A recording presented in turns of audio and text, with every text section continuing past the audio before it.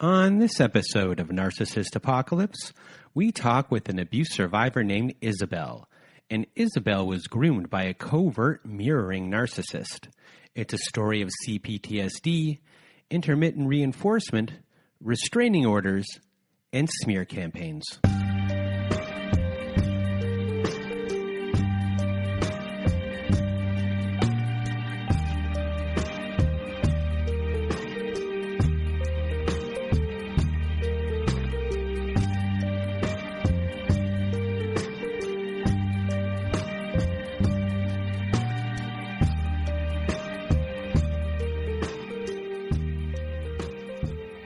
Welcome to Narcissist Apocalypse, everyone.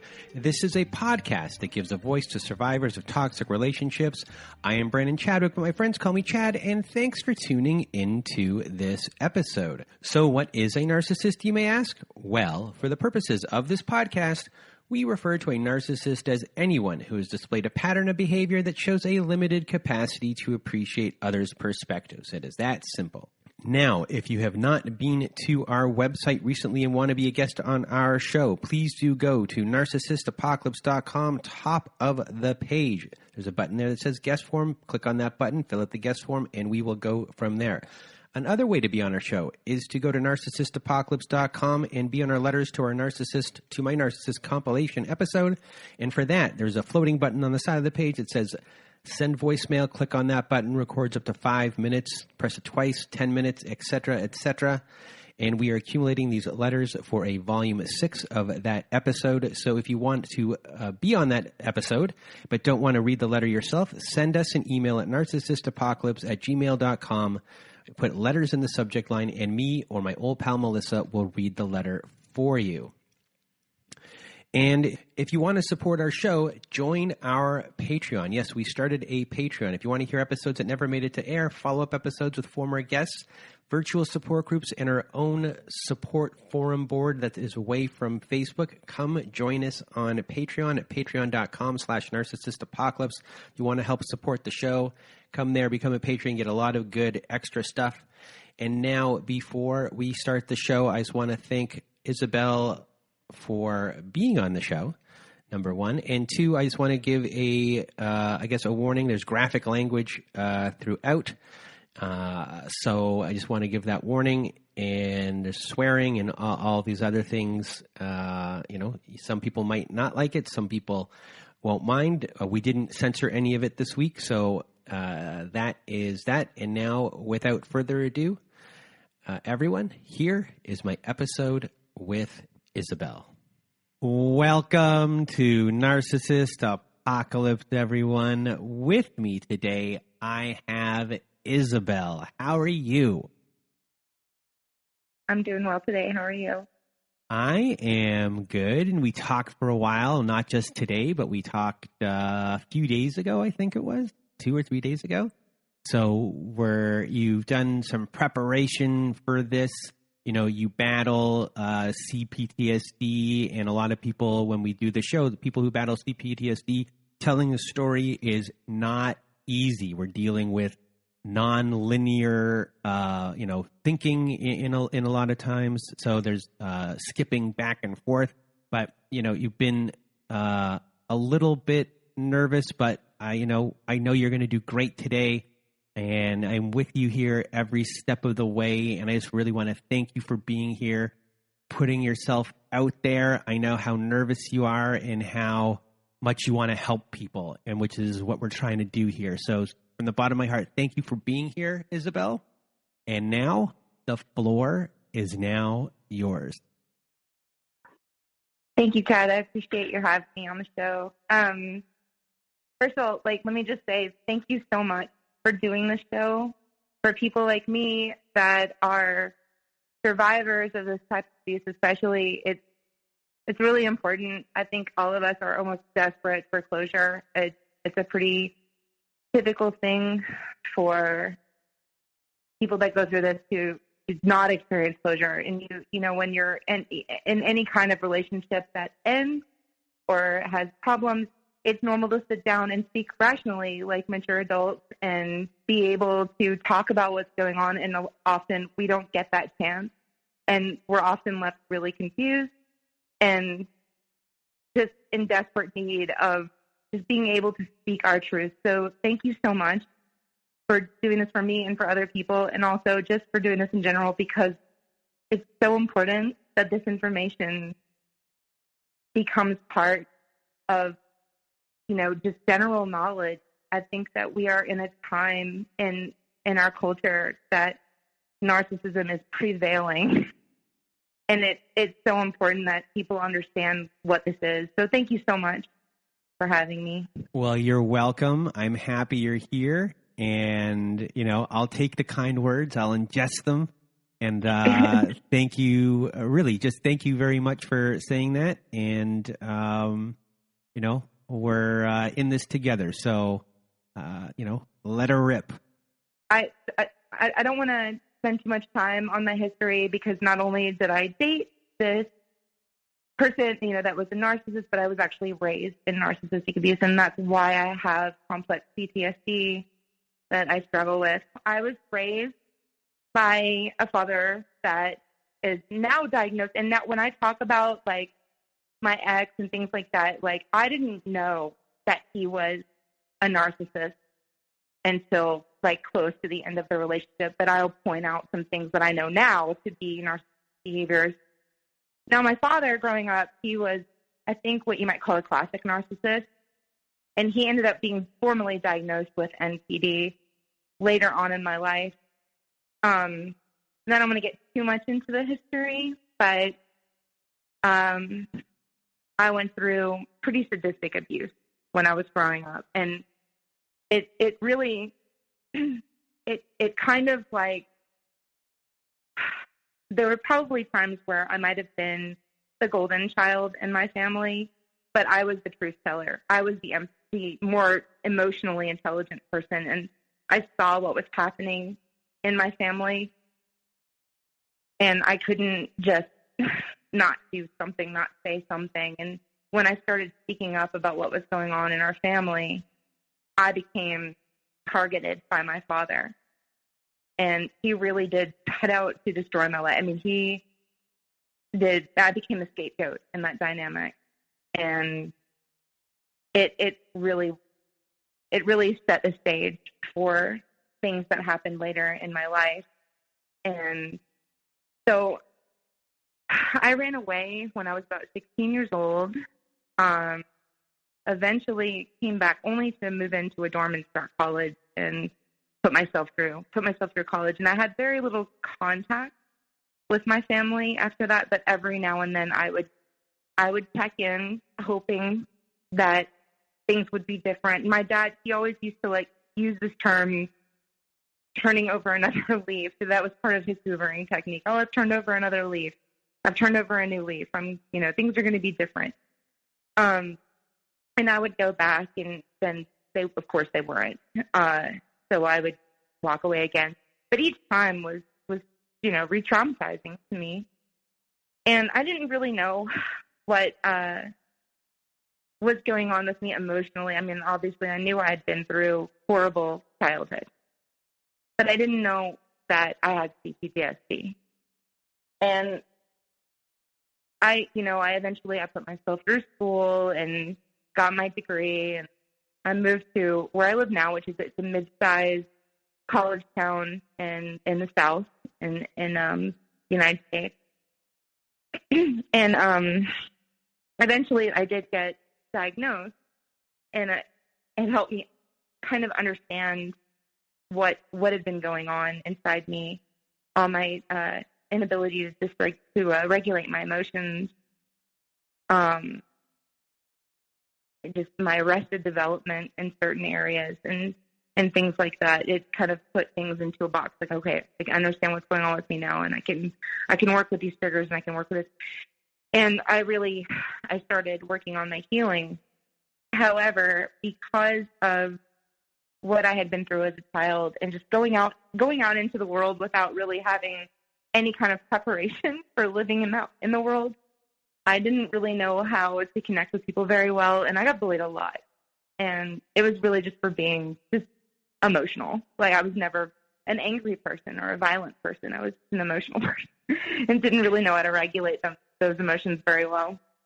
But I ended up becoming more reclusive because of it, and did start working on healing, but I focused mainly on just getting my degree, getting my career started, which I did so successfully, and really fell into a pattern of just staying at home and just doing my job. And when you have complex PTSD, if you've gone through like long-term abuse cycles that really affect you in this way and cause you to have these traits or borderline traits or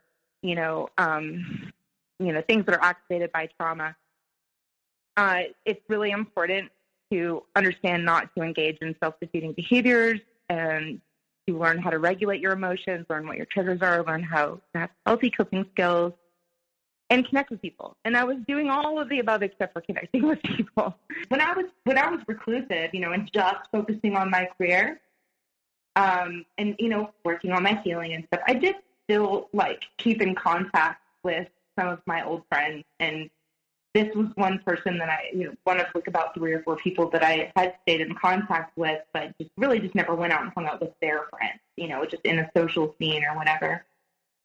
But I decided I was going to go meet up with her at a place in the town that I live in, the city that I live in. It's sort of like a place where a lot of the artists and musicians gather. So I went and met my friend at the place where everybody tends to gather, and he was there. My now ex, I'm just going to refer to him as my ex, was there, and he was sitting at a picnic table where my friend and her husband were. And I didn't really pay much attention to him, but it's funny. I met him the very first night that I decided to do this. I'm going to go out and I'm going to meet people, and it's going to be great. But I was more focused on my friend and her husband and just catching up and just kind of getting a feel for the space and just, enjoying a night out with them. And the only interaction that I had with him was at one point he had heard me say that I had just, went to a temple, and he's like, "Oh, you're Jewish." And I said, "Yeah," and so I didn't really think about it. And so that night went fine, and everything was fine. Didn't really pay attention to him. And then about a week later, I met up with her and her husband again at the same place. And, we had a kind of a night out, and they invited a couple of their friends. And so I met some people, and it was really nice and exciting. And then at one point, my friend's husband invited that same guy to the table. He had gone inside to get a drink, and he came back out with this guy. And so we're all talking and having a good time, and then eventually everyone left, and it was just me and him. And I ended up in this really great conversation. He seemed to be on the edge of his seat, just wanting to, just soaking up everything I had to say. I'm like, wow, this person really likes me, and I'm, really connecting with him. And I was asking him questions too, where he's from, and he had just moved here to this city 3 years prior. He was from Atlanta, and then before that, North Carolina. And so we were just kind of getting some, just basically get to know you stuff. But he was really, really sweet and really meek and very gentlemanly and very kind and very charming. Just all of his ideas were very exciting, and he just seemed to be so interested in me. And I just thought, wow, I'm making this new friend. I'm really connecting with somebody, and for me, that's kind of hard to do. So I was just really happy. And then time goes on. He gets my number. He starts calling. He's very accessible. So he's calling a lot. He's texting a lot. We're getting to know each other, and it's really nice. And I'm also meeting other people at the same time. So I'm like, okay, I've got this. This is great. Now I'm doing this thing that I needed to do. I wanted to connect people, and I'm doing it, and that's great. And so, he actually started doing the future faking, immediately. And by the way, I was not into him. I was not into him. It was just a friend. And I just thought, this is a great person to know. And he was very intelligent and very witty and a good conversationalist, and it's nice to talk to him and blah, blah, blah. But, he just started like really kind of intensely focusing on me immediately. And time goes on, and it's about like this is like November that I met him, and then like into December, we're hanging out and we're talking, and he started saying like, oh, I want to take you to this park that's outside of the city, and I want you to come with me here, and I want to go to Canada, and I want you to come with me to Canada, and I'm really planning on doing this. I remember sitting with a friend of mine one day, and he was there, and we're both very sensitive people, we tend to be more empathic, if you will, if you want to call it that. And I remember him saying like, oh, I want to go to Canada. I have all this money. I have all this money. I have all this money burning a hole. It's like I have like $50,000 burning a hole. And I don't tend to tell people how much money I have, but he is very proud of saying like, oh, I have all this money and burning a hole in my pocket, and I want to do all this stuff. And like, I'm going to go to Canada, and I want to go to Atlanta, and I want to do this, or maybe I'm going to buy a house, or maybe I'm going to buy a scooter, or maybe I'm going to go to Thailand. I don't know. And he seemed almost anxious talking about it, like he wasn't really sure what he wanted to do. And even as he was like very meek and kind and gentlemanly and charming and everything, he was also like very socially anxious. And so I remember telling my friend later, like, this guy seems kind of lost. I don't know. Like, I feel like he's kind of lost. Maybe I can help him find some direction. And he had asked me to go to Canada with too. And I even said, well, maybe you want to take somebody that you're dating, like, because I wasn't even interested in dating him at the time. But I remember the look on his face when I told him that. He did seem like, how dare you say that? But it didn't really register why I was thinking like, this person is lost. And now when I look back on it, it's almost like there was a part of me that was going, no, this person is a lost soul. This person isn't lost. This is a lost soul.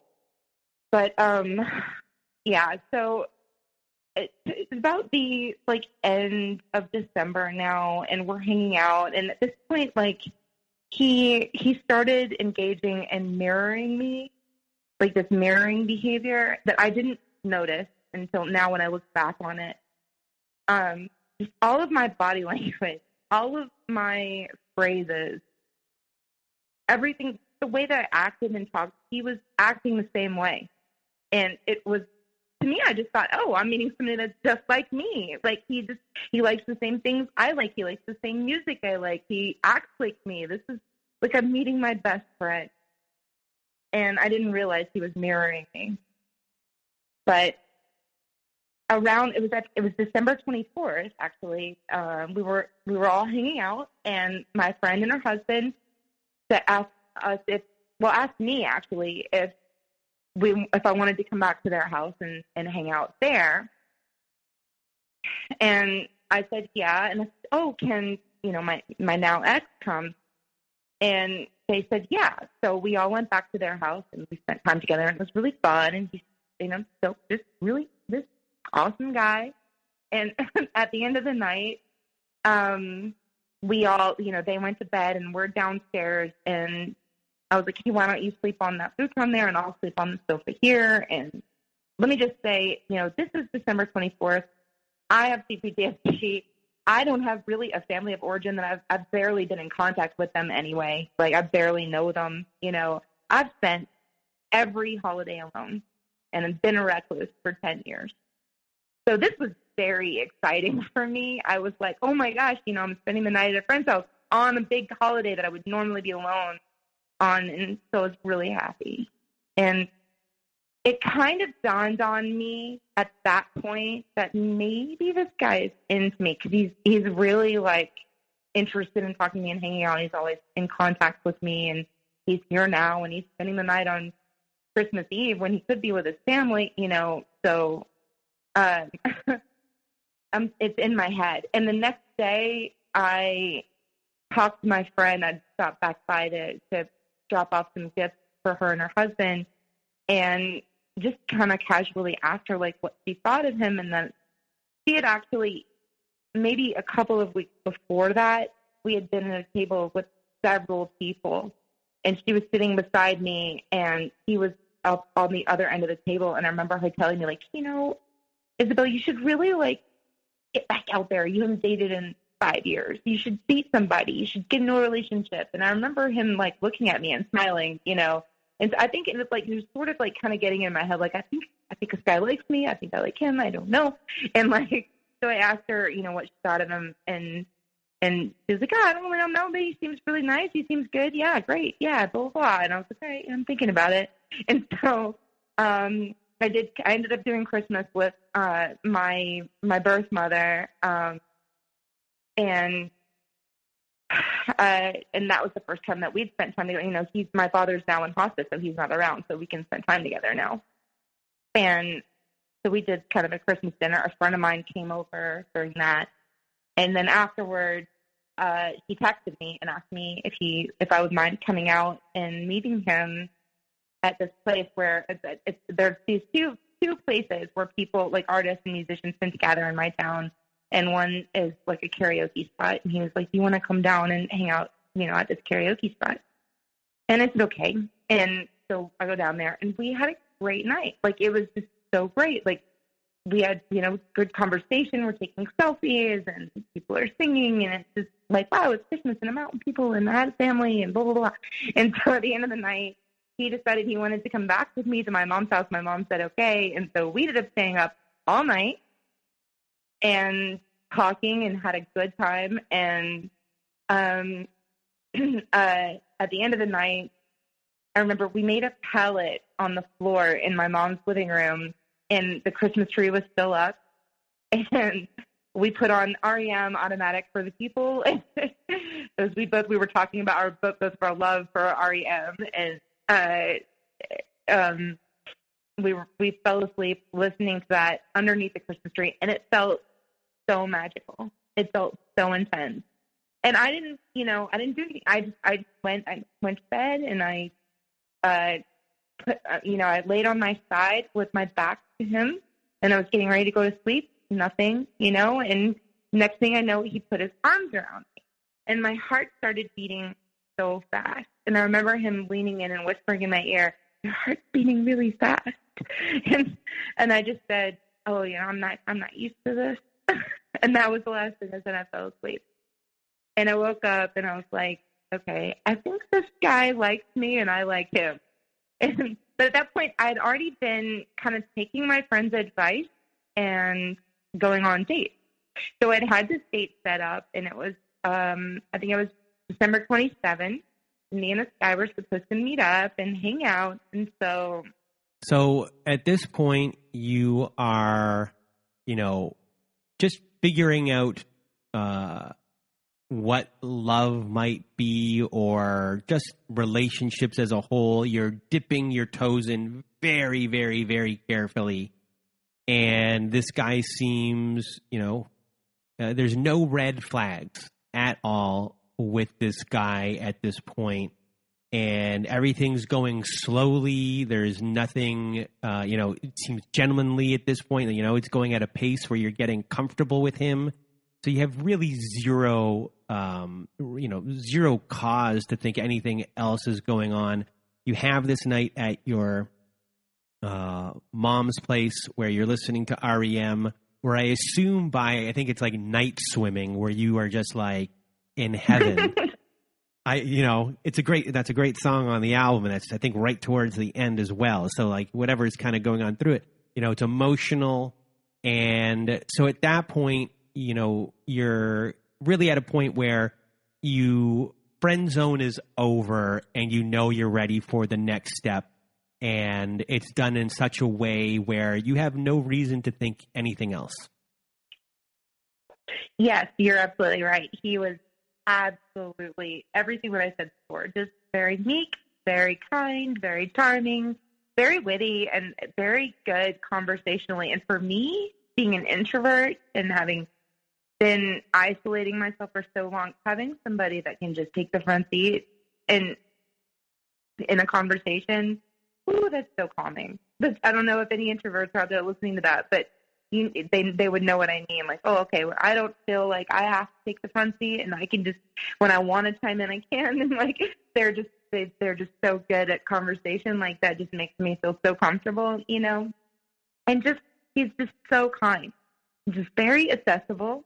That's why I really want to drive that home, because later it was the opposite, because he really just, I don't know where he went, but it was, he's always around, always wanted to talk, always, talking about wanting to do all these exciting things with me. Really, really sweet. And I mean, the mirroring was, when I look back on it, it's kind of shocking, because, I mean, literally, the way that I would kind of hunch my shoulders over, he would do the same thing. The way that I would smile and shake my head or whatever, he had the exact same body language. I thought it was him, but it changed. Like, it just was gone later. But yeah, up until that point, no red flags.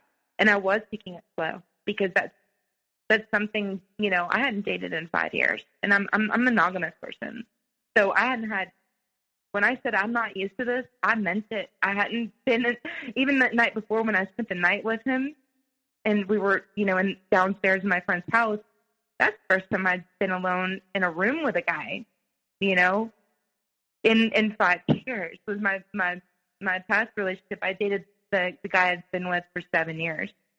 So, and then when we broke up, I kind of focused on, and we were both very kind of reclusive people by nature at that point. So like when we broke up, it was like, okay, well, now it's just me and my career. Like, it's like, I'm just going to focus on that. So it was really new to me, and I really wanted to take it slow, because I know my own emotional boundaries. I know where I come from.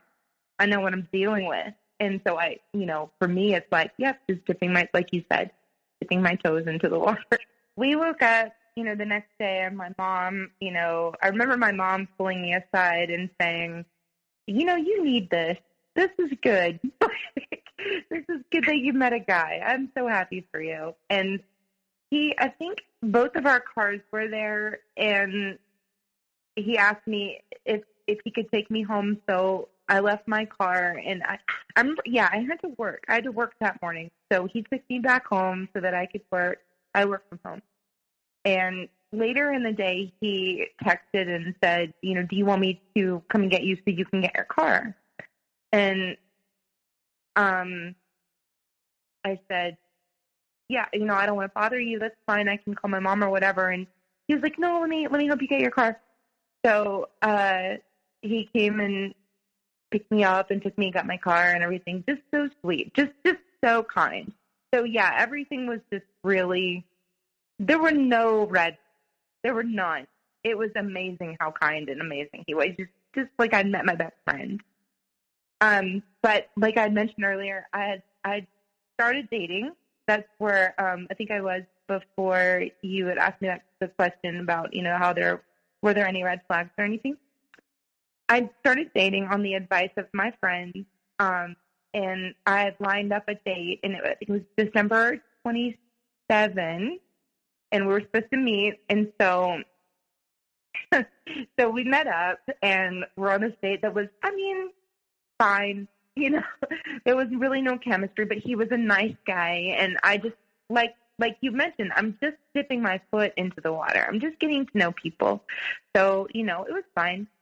But then my ex showed up, and he went and he sat at a table outside where he was in my eye line where I was sitting with this guy.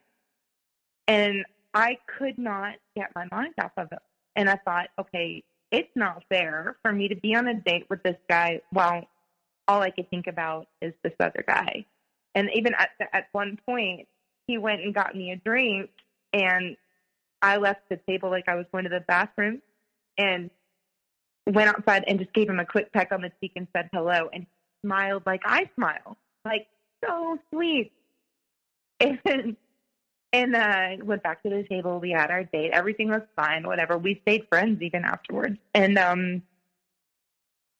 the next day, he texted and asked what I was doing. And I said, I was like, I don't have any plans. And he said, well, I'm feeling kind of introverted. Do you maybe want to hang out at your house or something? And I said, sure. Why don't you come over and at this time, and we'll listen to some music and we'll talk. we'll have some wine or whatever. So he comes over, and so I'm thinking, okay, I like this guy. He likes me. I can tell. And I'm going to tell him how I feel.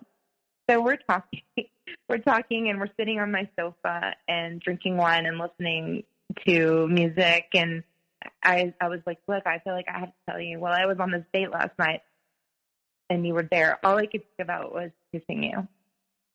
And he smiled and kind of just like shake of his head and leaned in like he was about to kiss me. And I was like, no, wait.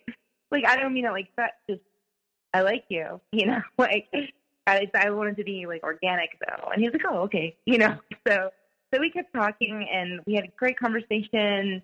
And I remember this one moment where we were out on my back deck and spread his arms out. And he was like, life is my buffet. I can take whatever I want. And I just thought, wow, this guy's so exciting. Like, he's just, he's his own man, whatever. And we kept talking, and I remember Postal Service Give Up album was playing, and Clark Gable was on. And we're standing in my atrium, and I was like, I just want to try something. And I leaned in and kissed him, and it was like, bam, like this lightning like inside me. I thought I was going to faint. Like, I couldn't believe I was kissing this guy that I really liked. And it was so intense. I was like, wow, I'm really into him. And we only like made out that night. It was no big deal. And I didn't make, we didn't have any kind of conversation about what was happening or anything like that. I just figured I'm making out with guys, no big deal. And we even said, we did have a small conversation, like, oh, we're just making out. It's not whatever. There were no plans for a relationship or anything like that. But it was really, really exciting. And then, like, a couple of days later, he asked to come over again, and we were talking, and he was like, I actually kind of like you. And I said, I kind of like you too. And so we decided to kind of make a go of it. And then on New Year's, he asked to come over and spend time with me, and he was just like, oh, let's not go out because, New Year's is for amateurs. Let's stay at home and drink and enjoy New Year's, just you and I. And again, this is a holiday that I'm usually alone on, so I'm just like, yes, let's do that, and I like this guy, and now we're into each other, and we're talking about making a go of it, so let's do it. And I remember even him, like, I was going from my little caveat here. I actually live. So I call my family of origin my mom, my birth mother, because I have sort of an adopted mom and dad, and I live in their house. They have an extra house that they don't live in, and they let me live here.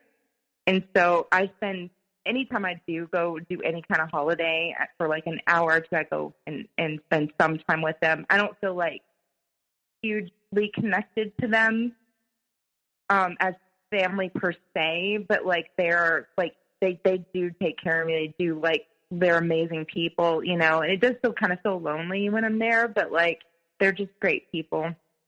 So I had gone over there to exchange some presents from Christmas or whatever, and I was on the way home, and he texted me and said, be careful because I heard traffic was really bad. And he was just so kind. And so, like, he gets over there, and I remember we're talking, and things kind of turned more amorous. And I said, look, here's the thing. I really like you, but I don't get super intimate with a guy like sex, unless I'm monogamous, because I have abandonment issues, because I don't really know my mom and dad. I spent my childhood hearing things like, you're not really a part of this family. No one is ever going to love you, and experiencing a lot of abandonment and rejection, due to the fact that my father was what he was. And so, like, if we're going to, do this, like, I only want to set him if I'm with somebody, like, really, together. And he, thought about it, and he was like, I really want to be with you. So we did it, we decided, like, we're going to be together. And we had a, like, amazing, magical night. It was very just incredible. And looking back on it, it's like, well, this happened even though I tried to take it slow, like, even though I tried to dip my toes in slowly, and I did have from November 2nd to January 1st, like, really courting this person and getting to know them, once it turned, once we realized we like each other or whatever, it happened so fast and it was so intense. And those are things that now I would want to look back on and go, hey, this is a red flag. This is a red flag. But I didn't think about it. And I remember the next day, my friend that I originally met him through texted and said, what's going on with you and that guy? And I showed him the text, and I was like, well, I guess I should tell her that we're together, right? And he's like, yeah, tell her. So I told her that we were together. And it was, I was really excited. I remember, like, maybe even like a week into the relationship, that friend and I were on a road trip, and she was like, I haven't seen you in a relationship where you're, like, in the beginning, you're super intensely excited about it. Like, it seems almost like too good to be true. It seems too intense. It seems too exciting. I was just like, I really like him, like, and looking back on that now, it's like, wow, she was really trying to impress upon me. Like, this is going too fast. Something's not right here. But again, up until that point, there was really no reason for me to think anything. I thought I'd met my best friend, and he really was doing all this mirroring and all this love bombing. Like, he was giving me gifts. He was sending me texts all the time. He was doing a lot of future faking. Like, I want to do this with you, and I want to do that with you. Like, I want to take you to Canada, and I want to take you to, like, all these concerts, and I want to, travel with you and go to all these parks and, like, do all this exciting bike rides and all this stuff. And it was just really exciting for me, and I didn't think anything about it. But less than a week after we actually got together, or maybe a little bit more than a week, all of a sudden, like, I remember we had this date where we were going to meet up at that place that we originally met at, and I'm leaving out the name for a reason, but so we were going to meet up there, and we're supposed to meet up at a certain time, and I'm there waiting for him, and 10 minutes had gone by, and he hadn't shown up, and then I look over the big window in the front, and I see his Volvo drive by, and keep going, and I was like, what? Why did he just go in the opposite direction? That's not where you're parking at. Like, that can't be where you're parking at. And another 10 minutes went by, and he didn't show up. And I was like, well, what's going on? So I left, and I went to this other place, and I saw his car there, or the other karaoke place where we hang out. And he actually was just getting out of his car, and I pulled up beside him, and I was like, I had this, like, terrified look on my face, like, what are you doing? And I felt inside my heart started beating really fast, and I was like, okay, something's wrong. Like, what happened? And I said, please don't do this to me. Please don't do this to me. And he's like, do what? And I was like, well, weren't we supposed to meet 20 minutes ago at this other place? He's like, no, it's okay. I'm sorry. And then we get back in his car, and we go back there, and then the night was fine. That was a red flag. That was a red flag that I really should have paid attention to. And then I think it was like less than a week after that, he started talking about how bad, like, he was like, I'm just going to disappear. And I was like, what do you mean you're going to disappear? And he was like, I think it's about time for me to disappear. And there was one point where we were standing at that, we're hanging out with our friends in a group, and he said that, and everybody kind of looked at me like, why would he say that? Like, what's going on here? And I just thought, well, maybe he's having a bad day or something. And he was like, oh, I got it. He's fine. Don't worry about it. But then around the same time, he started saying that he, was like, I want to disappear. I want to go to Thailand and fuck lady boys and get syphilis and die. And that was a comment that came out of nowhere one day that I was like, what? Like, what? Like, like, what? First of all, language, like, I would never use that term. That's his words, not mine. But what I want to go to Thailand and fuck ladyboys and get syphilis and die. Like, what the hell is this? This is so different than the person that I've been getting to know. And then around the same time, I didn't even know how to respond to that, because it's just like, what do you say to that? And we had conversations early on in the relationship when he had said that he was bi, and I'm pansexual, but I've only ever really, really been in love with men. So, like, I'm not, sexuality is whatever to me. But when you start talking about getting syphilis and dying, on purpose, this is like a whole other level that I don't even know how to comprehend. Why, I don't even know what that has to do with sexuality anyway, but it was strange. And around the same time, he did start disappearing. Like, all of a sudden, boom, ghosted, nothing. For like 5 days, I didn't hear anything from him. And I would text him here and there and got a little worried. And my complex PTSD was pretty much under control at this point. I had spent years healing and working hard on getting that under control. So I was at a place, except for the fact that I hadn't really been connecting with people, where I was pretty okay, despite the fact that, I lost this job and my father was in hospice, which did make me a little bit extra vulnerable. But I was okay. So, but I was just worried. I was like, what is going on? So here we have a situation where you are hooked already. And I say that in the sense of, everything that was leading up to this relationship, you taking it slow, him saying all the right things, the mirroring, the future faking, you're pretty much hooked, because you've decided. And lots of love bombing. And love bombing. And you've decided lots to take like that step, and you're thinking you've really taken that step. So now you have this first, not just red flag, you have this first situation here where he is now acting completely different from the person you knew from the start. And, here's a situation where some people might be like, leave. But here you're hooked, and you are just kind of worried about him and wondering what's going on in this situation, and not really thinking, you're thinking, okay, maybe he has a mental issue, a mental health problem at this point. You have no idea how deep this will run. But right now you're kind of being treated in a way where he's testing a boundary on you to see, what you're going to stick around for and what you will deal with and how you will deal with it. And in a way, I'm kind of guessing here, but in a way, you're going to be watched as far as, this work, and this is what I can kind of get away with going forward. Oh, absolutely. Every boundary of mine got pushed.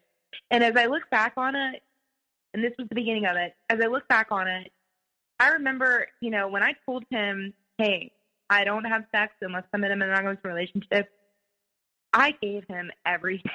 I mean, we had a lot of induced conversations that I really did not understand what induced conversation was from a narcissist at that point. Can you explain that?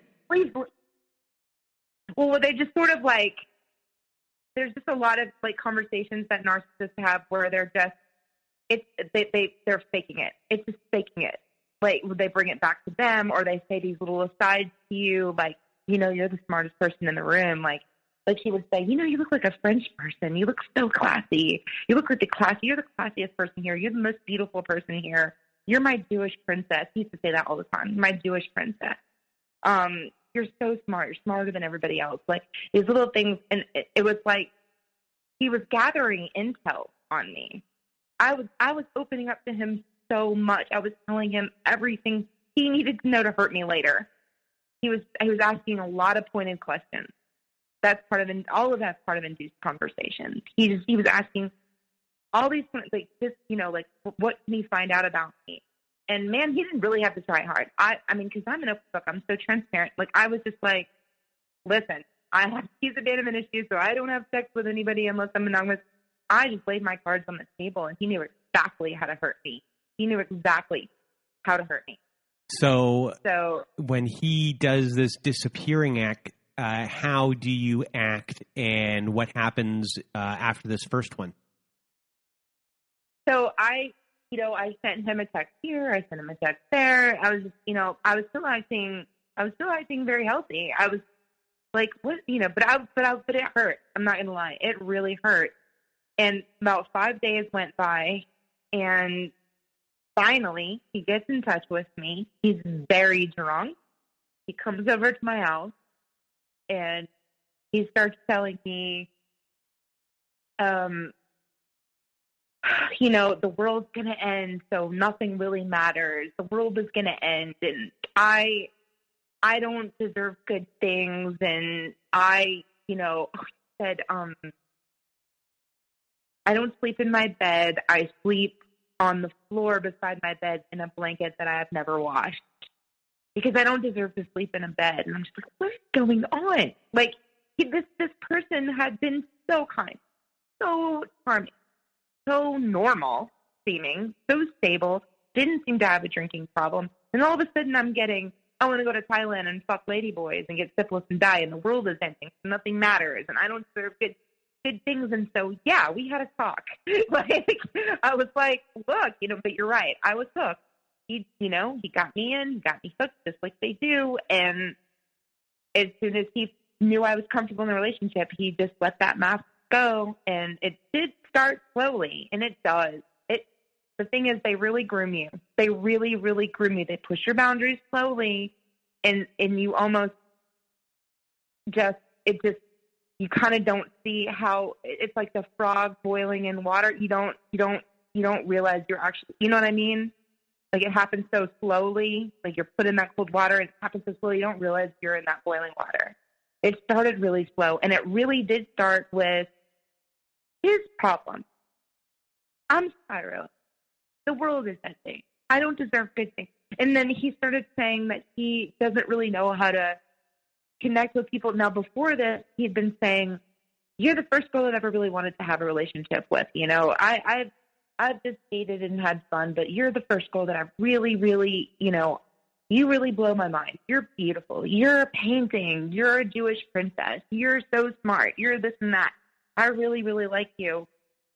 And then all of a sudden it's like, I don't know how to really connect with people. I don't really know how to get close to people. I keep people at arm's length, and I push people away, and I don't deserve good things. And so I'm like, okay, you have some self-destructive behavior here. And like, what can I do?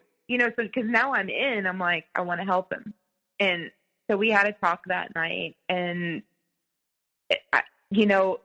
looking back on it, it was like, he really gave me nothing. It was just me talking to him, like, I want you to be okay. Like, I want you to understand that I'm here. I want you to understand that I care about you. And I want you to understand that I'm in this with you. And, just don't disappear. Like, just let's work on it. Let's figure it out, and it just sort of went under the rug. Like, let me just say, like, again, like, yes, he's a predator. Yes, I was his prey, but if I'm holding myself accountable here, I have to say, like, these are red flags that I should have paid attention to, and I didn't, and it's because of my own lack of self-worth. I deserve better than that, and I should know that. I should have walked away then. And I remember having a conversation with that original friend that introduced me to him, and she even told me, she's like, that guy just goes to you for 5 days, and you're going to take him back? You should have blocked him and walked away. And you mentioned that too, and I was just, I just rationalized it. Like, it just, I was like, no, I can make this work, because I was already hooked. I already had sex with him. I was already his girlfriend. I was like, I was so used to his normal behavior, or what I thought was his normal behavior, that, this was new to me. This is not normal to me. So I just thought, well, he'll go back to being the other person that he was, and this is going to be fine. So, because, really, you think about it, this person acted a certain way for a couple months, was really, really a lot like me, and like everything I'd ever wanted in a guy. So when he started doing this is new. I didn't realize this is his real self. That was a mask. So I just kept thinking, oh, well, he's going to go back to being the way he was. This is just some kind of whatever. It'll be okay. sudden, he tells me one day, he's like, I have a drinking problem. And I think he'd actually, like, the day that he had come over after he had ghosted me and he was really drunk, he had said he wanted to drink himself to death, among all that other stuff he said about going to Thailand and getting syphilis and the world is ending, blah, blah, blah. So he wanted to drink himself to death. So kind of like, I was like, okay, you have a drinking problem? Like, but the thing is, beyond that moment when I saw him drunk, I had never seen him really drunk before. Every other time that we'd hung out before that, he was just a casual drinker, just a couple of drinks and then go home. So I'd never noticed a drinking problem. Just that one night, and I just thought, well, he's having a bad night, right? So then he says, oh, I have a drinking problem. He just starts kind of dropping these things on me.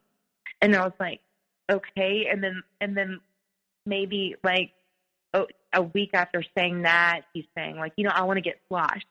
And then a week after that, he's drinking himself into oblivion. That it became like this normal thing for me to be on the phone with him, and he would have like a bottle of Evan Williams next to him and just take a shot, throw up, take a shot, throw up again, take another shot, throw up again. I mean, it was ridiculous. But it kind of started like by saying like, I have a drinking problem, and that led to I want to get sloshed, and then that led to that. So that started happening. And around the same time also, he told me that he wanted me to meet his parents. And it was one morning we were in my bedroom. He had met my mom already and everything. He's like, I want you to meet my parents. And I was like, oh, okay. Like, yeah, I'll meet your parents. And he was like, yeah, you're going to love my dad, by the way. You're going to love him. He's the greatest guy. He's so sweet and so kind. I just wish I was good enough for him. But my mom, she's a piece of work. She's a real cunt. Be careful about my mom. And I'm like, what do you mean? Like, and he's like, oh, you'll see. A little bit of foreshadowing there. So I ended up going and meeting his parents, and I felt a lot of tension in the room. He was right. His dad was really, really nice. His mom seemed fine. I mean, normal, whatever. But I was really scared of her at that point because of that. I was just like, ooh, what's going on here? Like with his mom. He wouldn't really tell me, but at that point I had met his parents, and I like learned, kind of had this little bit of foreshadowing about his mom. And then, so at this point, it's still about January. It's still January. And I'm getting all these red flags. I'm not watching them. I'm just thinking, okay, he's got some issues he's working on. And he had said a long time ago, not a long time ago, but when we first met, that, he wanted to take me to Atlanta. And that was one of the things that actually did come to pass, because he had said it so many times that finally I was like, you know what, we should do this. We should go to Atlanta. We should go see a show in Atlanta. And I kept pressing on it. He seemed kind of sullen when I was talking about it now when I think about it. But it ended up coming to pass. And it almost didn't, because the weekend that we were going to go, we had bought tickets and everything for the show. And the weekend he had kind of been in this really bad mood, and it didn't seem like it was going to happen. And then he kept procrastinating. And then finally I was like, well, we're going to do this or what? And he kind of seemed to not want to do it, but finally rallied and said, okay, let's go. And so by the way, this was also around the time when he had only just told me, I have a drinking problem. He hadn't gotten to the point yet where he was like, I want to get sloshed. So we decided to go to Atlanta. And this was the first time that I really saw the narcissistic rage. And from what I understand, this is the first thing that you really see that is a giant, giant, giant red flag. We went to Atlanta, and we're getting ready to park at the hotel, and he missed the parking garage. And I remember pointing it out, there's where we go in the park. And I must have triggered his sense of inadequacy and insecurity and his shame for some reason, or something did. And he got so angry. And he's driving around these one-way streets in Atlanta, and he wasn't taking it out on me. He was taking it out on strangers on the street. Everybody he saw, he was like, that person's fat, that person's ugly, that person's a garbage person. These people are just, why don't they just get out of my way? They're all in my way. Like, these people suck. These people suck. And it was just awful. And I was just like, what is going on? Like, what, you know? And so he, you know, finally we get in and we go. And that was the first time that I really saw that narcissistic rage. I was just like, okay, this is weird. And it was also around that time that we got back from Atlanta and everything. We had a good trip, I mean, for the most part, except for that one little thing. But it was around that time also that we come back from Atlanta and he's telling me, you know, I don't really like labels. So why don't we just say we're together? We shouldn't say boyfriend and girlfriend. Why don't we say we're together? And like that was also this weird manipulation that started happening, or this weird like moving of goalposts and like confusion that started happening throughout the relationship. And at the end, he even said that we dated for 2 years straight. That is a flat out lie.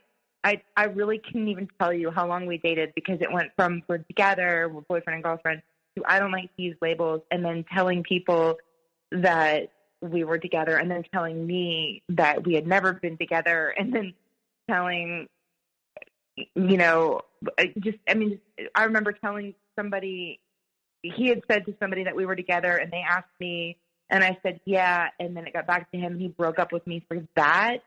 I mean, just constantly like, where do I stand with this person? I don't, you know, he just keeps changing kind of the nature of our relationship. And it was kind of like really weird. This is actually like by February is where the devaluation really started happening. And that was the first part of it, was just starting to change the nature of our relationship.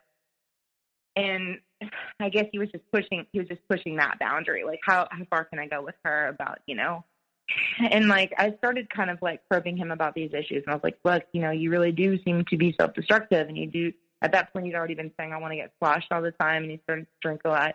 And I was like, you do seem to have a drinking problem. And you do seem to, you know, be self-destructive and feel like you don't deserve good things and all this. And like, maybe, you know, you should try to address these. And he said, yeah, I really want to get help. Like, I think I should probably go to therapy, but he never did. And it just sort of like, all this like kind of intermittent reinforcement started happening at that point, where you're like all of this had been, you know, it had been good in the beginning, and now all this devaluation started. But then every now and then things would be good again, and I would think he's going back to being the person that he was. And intermittent reinforcement, that's what creates that trauma bond in narcissistic abusive relationships, where they kind of give you these little breadcrumbs. It's like they did these studies on rats, right, where, you know, the rat presses the lever, they get a reward. Rat presses the lever, they get a reward. Every time they press the lever, they get a reward, right? And so then they stop giving them the reward. The rat will press the lever, doesn't get a reward. A few times that happens, and the rat goes, okay, I'm not getting a reward anymore. I'm going to walk away. Well, with intermittent reinforcement, you press the reward, and sometimes, or you press the lever, and sometimes you get a reward, and sometimes you don't. So the rat kind of keeps thinking, well, if I keep pressing this lever, at some point I'm going to get a reward. And that's what intermittent reinforcement is every now and then he'd be kind. Every now and then he'd give me a gift. Every now and then everything would seem normal. And it's that, and the manipulation and these highs and lows and holding on to the hope that those lows will disappear, that's what creates that trauma bond. And it started right about then. But the devaluation started happening more and more and more. And come March, he was just so sullen all the time. Like, he would go through these periods where he would disappear again. And like, I was starting to just kind of get used to it, because I was holding on to that hope, like when he acts normal, and thinking he's going to go back to being the person that I met.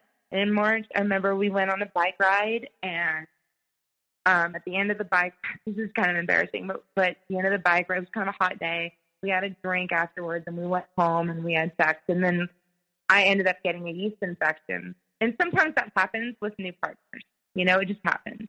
But when I told him, you know, I need a break from whatever because of this, he said, oh, yeah, my dick is poison, that I'm never going to touch you again. And I was like, okay, that's an overreaction, but I'm sure it's going to be okay. And then I ended up going out with my friend and her husband, and he was there. And as an aside, I was talking to her. I was like, this happened, and I'm not really used to this happening to me. Like, do I need to go get some medicine? I mean, what do you do? Is there a home remedy? And we were kind of having an aside talking about it, and he heard us. Well, he was over there on the other side of the table talking to her husband, and really loudly he broke into our conversation and said, yeah, she's really ugly and gross, and I'm never going to touch her again. We're breaking up.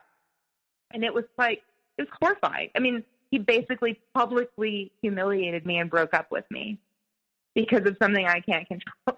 And it was just really hurtful. But then again, like, he got back with me like the next day. So I just want to remember where you were there. But, it seems like his big thing is, the impromptu breakup right away. And does that feed into your abandonment issues?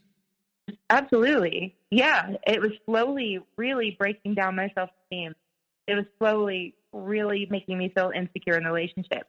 At this point, I was still acting rather healthy in the relationship, but I was getting very insecure. And I remember even telling him, like, hey, this is starting to make me really insecure. And he kept, he was still focused on his issues. Like, oh, well, I'm going to get help. And like, I remember one time he looked at me and he really just gave me the most pathetic look and was like, Isabelle, do you think that I can really get well? And I was like, look, you're really smart. Just figure this out. I know you can get well. Absolutely. And I really do feel like sometimes when I look back on the relationship that he has some self-education, that he knows what he is, because there were certain things that he said that let me know, like. Well, that statement he does right there is a fishing statement. He's fishing for the answer, because a lot of times, when you talk to someone who's like this, get caught doing something, they might go into the whole spiel of, oh, I'm a bad person. So it gets you on the other side saying, oh, you're not a bad person. And all of a sudden things have shifted back into their favor. So his thing is, you want to help them. Yeah. So his thing is doing that little spiel there, because then all of a sudden you're like, no, you can, like, I'll help you get better, because that's you. He's going after the abandonment of you. With that tactic, and then in that move right there, he's going after the one that person who is the pleaser, or someone who be like, I can help this person get better. Yeah. But I feel like he is aware of that, and that's what's really scary. I think he had an awareness that he could exploit that insecurity more than anything else. That abandonment, he knew he could exploit that. And that's what they do. They find your insecurities. They do that intel in the love bombing stage, and they exploit those insecurities that they get through their intel. And he was starting to do a really good job of it. And at that point, he really actually started, the devaluing really amped up at that point. He would provoke fights for no reason. I mean, he would just become aloof and stop talking to me, or like all of a sudden he would start throwing things around the room, and you don't know where it came from. You just don't understand why all of a sudden there's all this hostility that wasn't there, that there's no reason for it to be there. Who knows where it comes from? You can't make it stop. And he would run off. He would just leave, and I couldn't talk to him. And you get to this place too where it's like, okay, when things are going well, you don't want to say anything because you don't want to rock the boat. But then when things go bad for no reason, and you have no understanding of why it's happening, you want to talk about it. You're like, well, we need to talk about this issue. Why is it happening? And he doesn't let it happen. He shut me down every time. I never was able to understand what was happening. Never able to have that conversation. Never able to have any kind of rational communication about why these things were happening. And it's like me, I'm just, I'm like, well, these things are happening. We should talk about it. Why is it happening? And it started to really break down my self-esteem, because not only was he provoking fights, but he was also just nitpicking everything. And then all of a sudden, you're like, you're fat, you're ugly, you're stupid. Those were his favorite terms. And then he started saying, like, you're autistic, and people don't like you. They just tolerate you, and you're not good at being social. And like, just everything that he knew was an insecurity in me. He started saying it was. Then he would come back and he would say, I'm sorry, everything's going to be different, and I'm going to get help. And he never did get help. That was just feature faking, I guess. But he just, So anyway, it's about March, and his birthday's coming up. And I planned this party for him, a surprise party. And while I'm planning it, I realized I haven't met any of his friends. And I mean, like, it was like, well, I mean, maybe he's friends with my friends, maybe because, like, there were moments where we'd be hanging out with people and he seemed comfortable, like he'd been talking to them forever. But then I remember certain times saying, well, you know so-and-so or whatever I'm dating, da-da-da. Well, I don't know him. But, well, you were hanging out with him the other day. Oh, yeah, I remember him. So I'm starting to think, well, maybe he doesn't know these people like I know them. Like, so I remember some of them from 10 years ago, when I was hanging out a long time ago when I was younger, before I had kind of isolated myself or kind of got back in contact with them or whatever. And then my friends that I met through my original friend that I met him through and everything. So it was, but I'm realizing all the people I'm inviting are people that I know, and there really isn't anybody that knows him, but he is hanging out with these people a lot lately. So, and whatever. He shows up and he barely spent any time with me. He just didn't talk to me very much at all. And he got really drunk that night. I mean, like, passed out drunk. I'd take him to my mom's house. At the end of the night, she lived closer than I lived, way on the other side of the town. So we went back to her house, and the next day she was like, hey, you've got a problem. This guy's not okay. Something's going on here. You should not be dating a guy that gets that drunk. I saw him get out of the car. I watched you have to carry him in the house. Something's wrong here. And I was just like, oh, Mom, come on. He's fine, whatever. It was his birthday, blah, blah, blah. Stuff like that was happening. And then, like, right after his birthday, he came back over to my house, and we were talking, and he was still kind of recovering from the night before. And he said, we're hanging out on my back deck, and he's like, I want to tell you about my mom. And I was like, okay, well, what do you want to say? Or, what's going on with your mom? And he was like, look, it seems like I had this really idyllic childhood, but my mom, she really demanded perfection from me. Nothing was ever good enough. She actually disowned my older brother because he didn't go to college. And she was really, really mean. She was never very nurturing, but she never said no to me. It seemed like I had an idyllic childhood because I had all this stuff.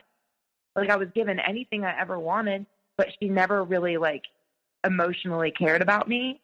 And she always demanded perfection. And then so I'm thinking about it, and I'm like, that's probably where these issues that you talked about come from. All of a sudden, he just went into this incredible rage when I said that. How dare you intrude upon me? How dare you tell me that what my issues are and where they come from? And I'm like, whoa, you're the one that brought up your mom, and I'm supposed to be your girlfriend.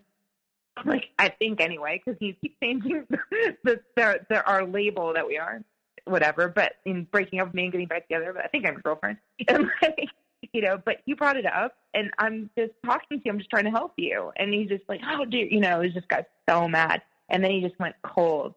And I still don't know to this day, was he like manipulating me? Was he really trying to get to the root of his problem? I really don't know. I don't know why he brought that up to me. I feel like he was trying in that moment, but I guess he couldn't do it. I don't know, but you know what I know? After that, what? I know that the person that you originally dated is nowhere to be seen anymore. Nowhere. He is completely gone. That guy does not exist. That person was a figment of his imagination come to life of what you wanted to see. And now the real guy is there, and, it's not good.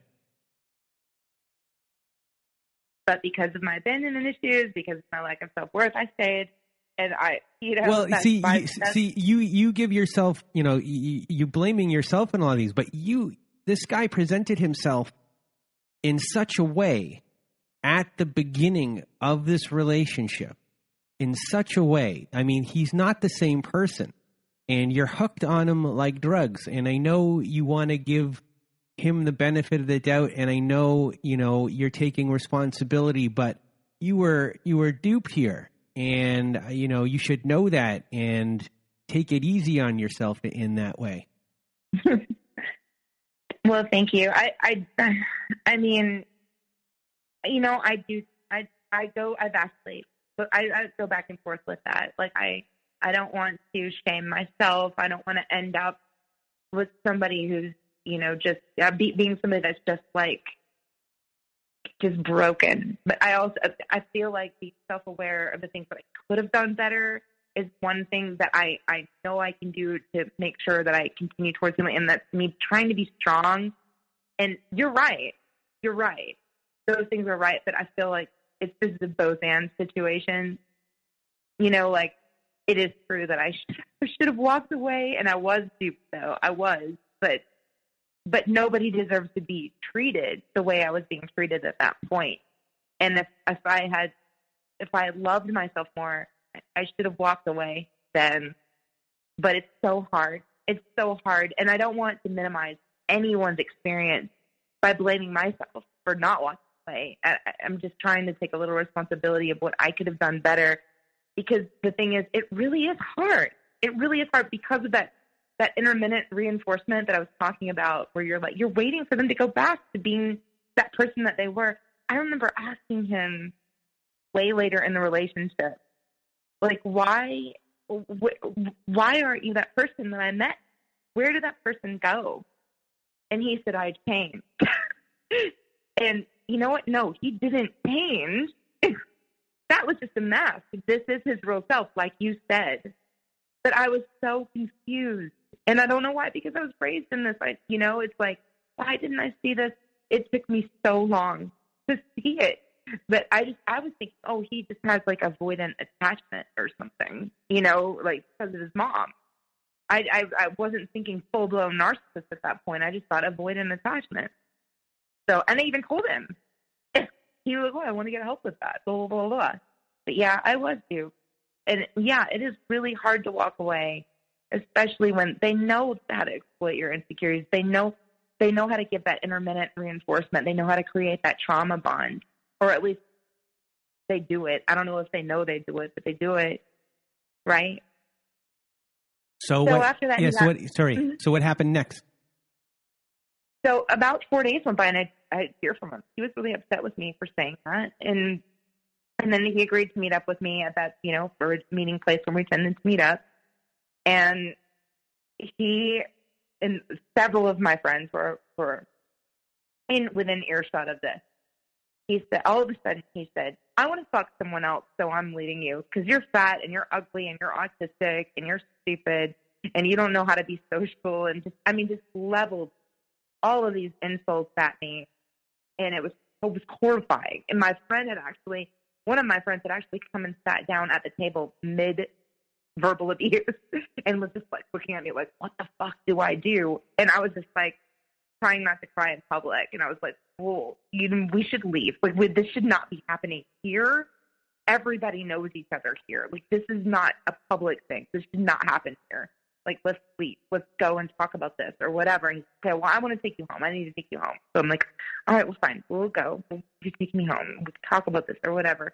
So we get to his car, and all of a sudden he's like, no, I'm not taking you home. You know what? Your friend needs to come and get you. And that original friend that he introduced me to actually lived a block away from there. So he's like, I'm going to get her, and she can come and take you home or whatever. And I was like, no, don't bother her. She has a job. She has a career. She has a husband. Don't leave her alone. And he grabbed my phone and he called her. And he started saying, oh, Isabelle's acting crazy. You need to come and get her. And I grabbed the phone and I was like, no, don't worry about it. It's fine. Just please go about your business or whatever. And then in the background, he's just leveling insult after insult at me. And she's like, you know what? Tell me where you are. I'm coming to get you. You shouldn't be talked to that way. So I told her, and she came. And as she came to get me, as she pulled up beside us, he said, you're really a garbage person, and I bet your dad was a great guy, and he just treated you that way because you're so terrible. You really deserved the abuse that you got from your dad. And I didn't go into the history of what I went through with my father, but it was sadistic. Because this isn't the story, but it was sadistic.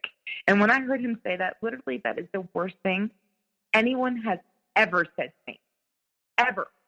And I just I was like, what the, I mean, like, and I grabbed, like, I remember, I don't know, because I didn't know what else to do. Like, I grabbed the ashtray in his car, and I just, like, slammed it on the ground, and all the cigarettes that he smoked went everywhere. And he grabbed me and threw me out of the car, threw me onto the pavement, and threw all of my stuff at me and screamed all these insults at me. And my friend was right there and horrified. And then he just peeled off. And I was on the ground. I'd scraped myself up really bad. And, well, he scraped me up really bad. And I just was shocked. I was in shock. He had just told me the most horrible thing and then physically threw me out of the car. And I spent the rest of the night driving with my friend in her car. And she was pregnant. She was on her third pregnancy and trying to get pregnant. She had miscarried twice before. And midway through that conversation where I'm freaking out and upset, she finally tells me, you know, I'm pregnant. And she ended up losing that child too. And I still feel like, oh my God, it's my fault she lost that child. And it was just a horrible night. Horrible night. And then for maybe like 2 or 3 weeks, I didn't hear from him. And he had all my stuff. And eventually he got in touch with me and he was like apologizing. He was like, I'm really sorry that I brought up all those issues for you from childhood because I know what you went through and you've been working on those things and you've gotten so well. And I'm sorry that I brought that stuff back up for you. And, you know, maybe could I like come over and give you your stuff and we can talk or whatever. And I was like, okay, that's fine. We'll, you know, I need my stuff. So come over and give it to me or whatever. So he comes over and he gives my stuff. He was really, really sorry and really sad. And just like, I really made a mistake with you. You're the best thing that I ever had. You're my Jewish princess. And I'm really sorry. And I need to get help. And please forgive me. And like, you know, you're really sexy. And like, can I, you know, whatever. And I'm like, we should really talk about this. And then he kept like kind of talking about how sexy I was, how beautiful I was, and seduced me and distracted me from it. There was a lot of word salad in that conversation that I wasn't really, like, just a lot of circular language and like projection and just like stonewalling whenever I tried to get back on the issue and just sympathy ploys and kind of like bringing up a lot of unrelated issues and starting the conversation over and just things that like I just kind of got confused. And then he just kept seducing me and finally we got back together. And I never really did get to talk to him about it as usual. And then, so here we are in like May of 2019 and we're working on things, right?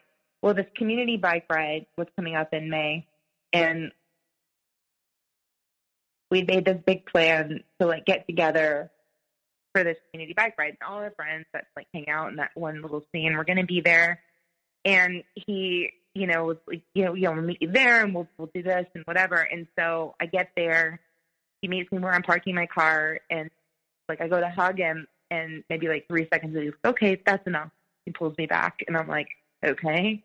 And then we get to hang out with everybody else and he's acting really aloof and he's drinking a lot. And this is where I started kind of noticing like his personality is really weird. Like that mirroring that I'd seen, that now I know I'd seen early on, I'm seeing it now in his personality because these people, they don't have a core of identity, right?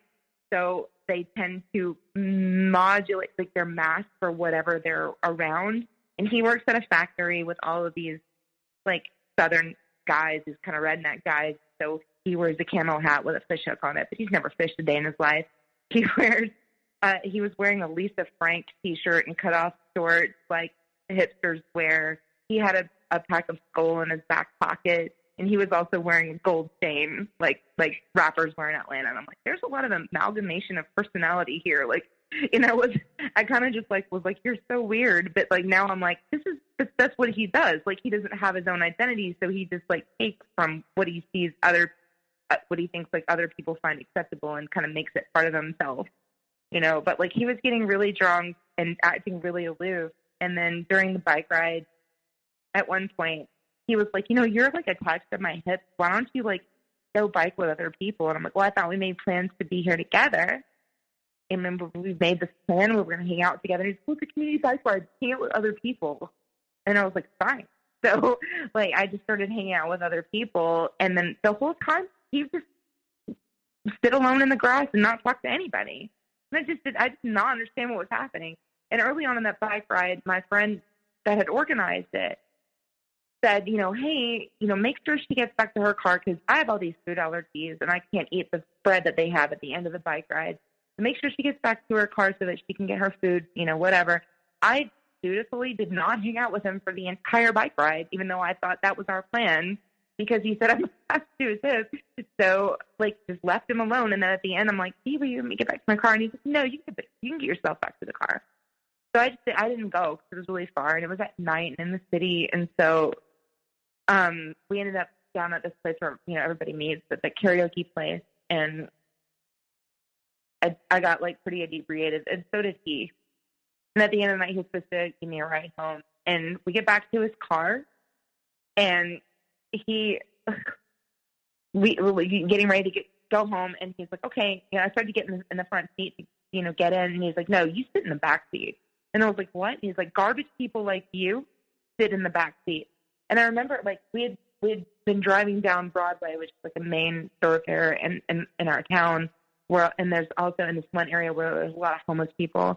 And he'd point out homeless people and talk about how they were garbage people and they should be drug onto the street and shot. And that's now, that's his superiority, his grandiosity coming out. But in that moment, it was just like, wow, he's basically saying I'm like them. And, like, I don't really have an idea in my head where I'm better or worse than anybody else, but it really felt horrible. And, like, I was just like, what am I supposed to do? So I get in the back seat, and he just starts leveling insults at me after insult after insult.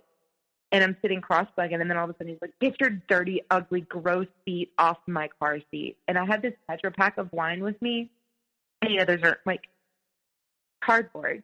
And it had been a hot day, and I just kind of, like, tucked it to the bottom of the car, like, not throwing it with force, but just kind of like, what are you doing? Like, and just kind of dropped it. Like, why would you say that to me? And it exploded. And I did not mean to do that. It just happened because it was a piece of cardboard and it's hot.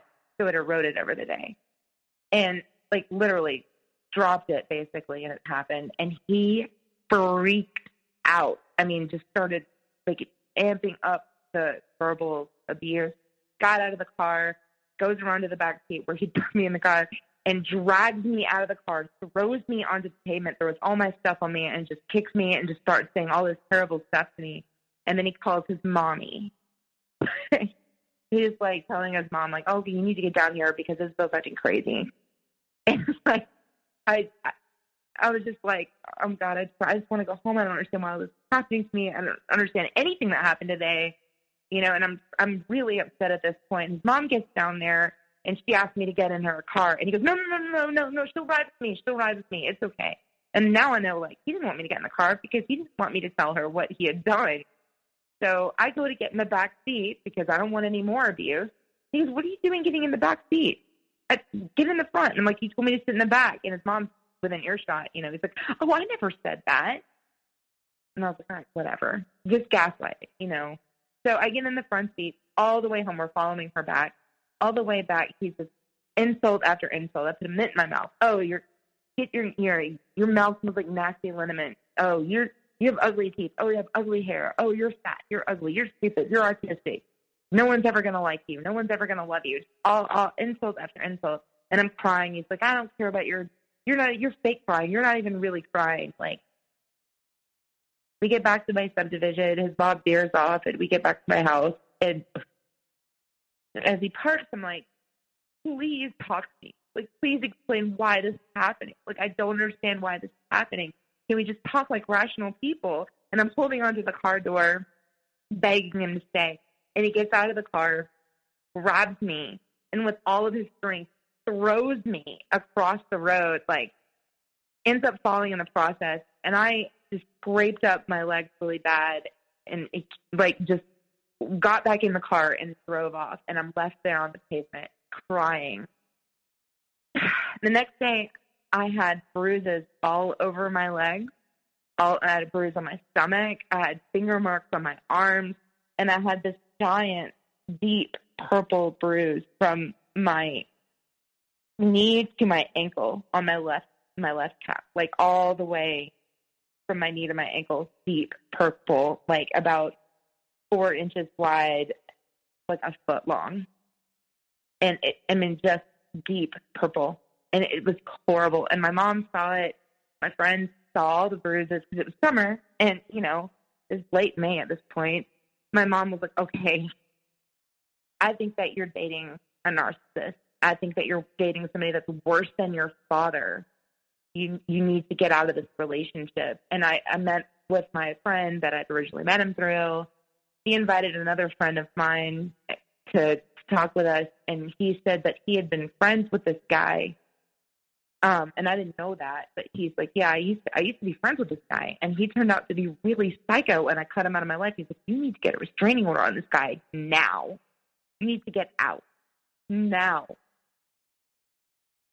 And I mean, it was horrible. It was just horrible. And then for like maybe a month or two, we didn't talk.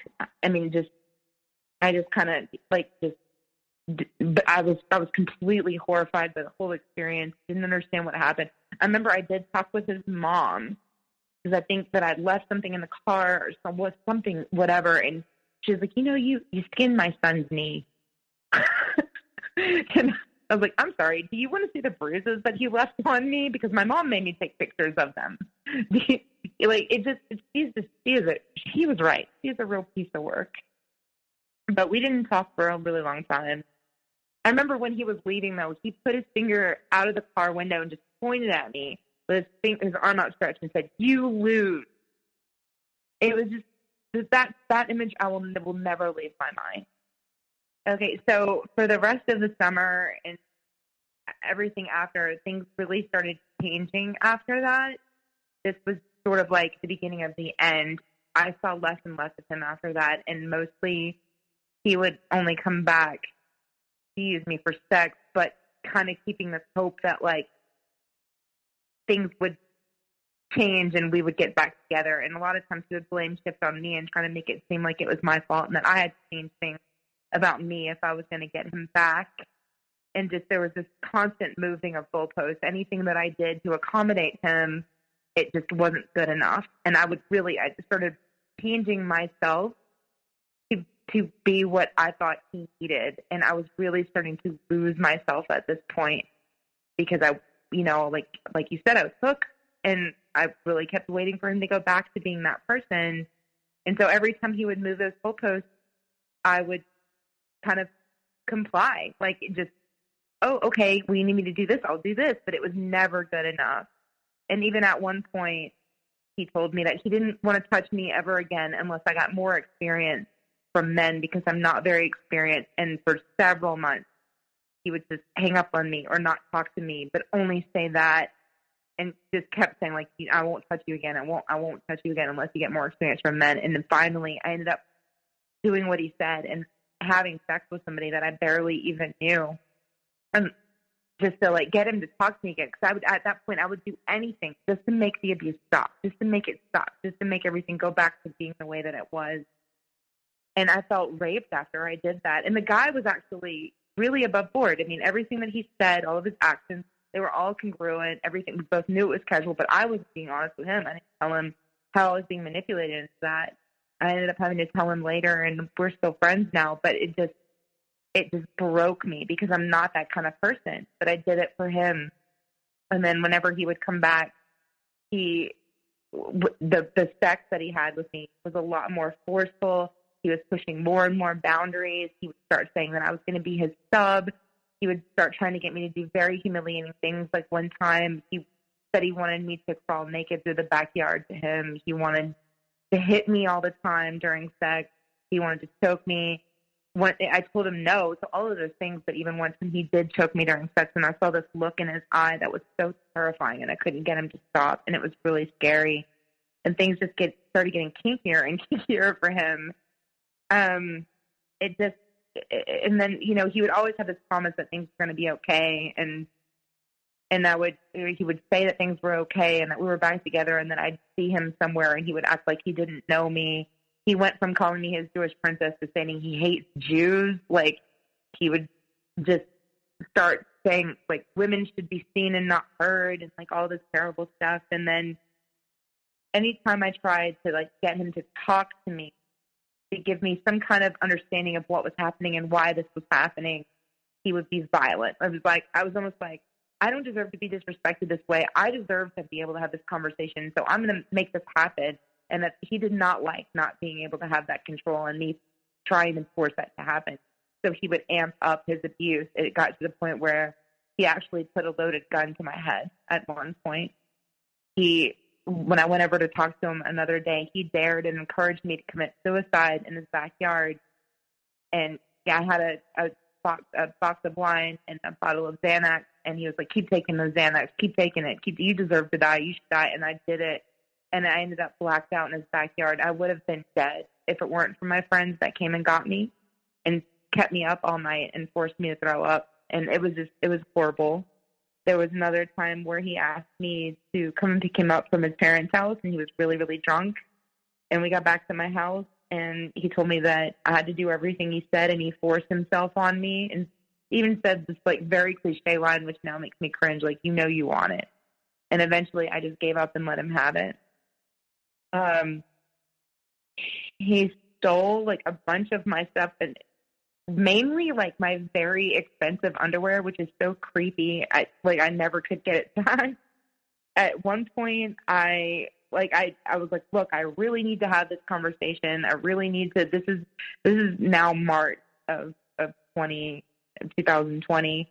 I, like I said, it was very, pretty much the beginning of the end, and we didn't really see each other except for him doing all of these moving of goalposts and trying to use me for sex, I guess, and with all this promise that things were going to work out. But every time he would do something horrible to me, I would be like, we need to talk. And one time he said, okay, I'll meet you and talk.